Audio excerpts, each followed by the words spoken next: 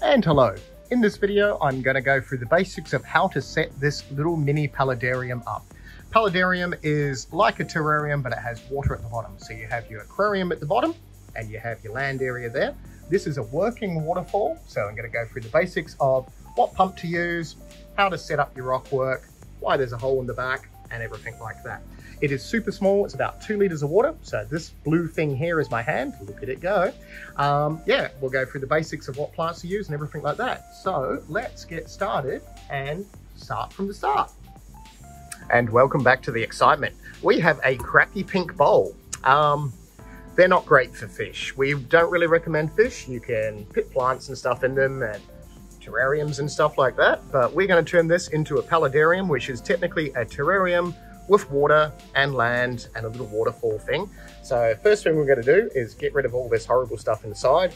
We are going to use our eBay drill bit diamond thingies to make a hole because we want a cord with a little pump so we can have a little waterfall and stuff in there. So tacky drill, cheap eBay things, gonna do a hole. Let's do a hole.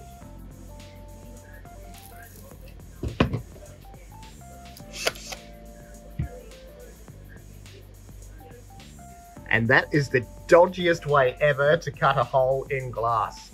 So do not try that at home. Get an adult, a sensible adult to make the hole. But there is a hole. It's gonna be fine. You're not gonna notice that hole. It's mainly for the cords. Wow. Yes, get a professional glass person to cut a hole in your bowl. It's not sharp, it just looks dodgy. It's a little bit sharp there. Anyway, we will check our plug out now and see if our plug fits in our plug hole. And it fits, of course, because our plug hole is probably a little bit too big. But we have our pump in there. We're going to put some sponge around that now. Here is our tiny little pump. So we're going to use this to create our mini waterfall. Yes, our tacky hole is for the plug hole. I have to keep saying the word plug hole. So we are going to place this in. So ghetto. We have our sponge around our pump. We have our little pumpy bit where our water's going to squirt out and go all the way over there. But we have our rock work. So we are going to make a little rock structure out of these. We're going to super glue them together and it's going to go in there on top of that. So we're going to do that now. So that was a freaking nightmare. I managed to super glue my fingers to my toothbrush. Don't ask why I have a toothbrush. I managed to super glue the bowl to the bench, and I did manage to super glue rocks to rocks. So that is our rock structure. I have tons of super glue on the bowl, so I'm going to spend the day scraping it all off because, yeah, don't do what I do and just squirt super glue everywhere. But you get the idea. Our pump is under there. We have a little spout underneath all these rocks, so the water's going to come out there. We're going to do some cool moss, maybe a little bromeliad or something, or maybe a little branch sticking out the top with some plants on it. Our substrate in the bottom, a few plants and stuff, and then we will be finished. So we're going to let this dry for a little bit. I'm going to tidy up the bowl, and I'll be back with a few more exciting bits and pieces. Getting rid of that pink rim, so I can at least say pink rim one more time. Pink rim has gone, and I have fixed my hole. It is much better now. We are going to fill it with water, turn it on, and see if the water jets out the top. It's about 6 hours later. Our bowl is clean.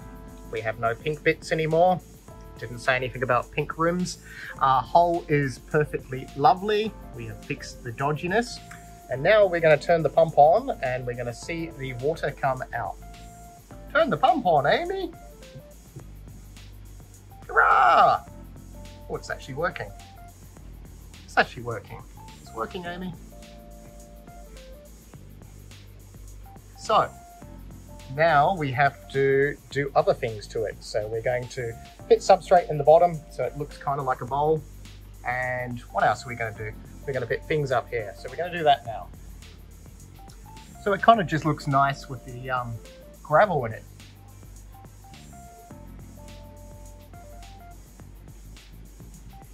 But we are going to add a couple of little sticks, maybe some moss up the top, and some plants. And how nice does that look? We have finished the paludarium.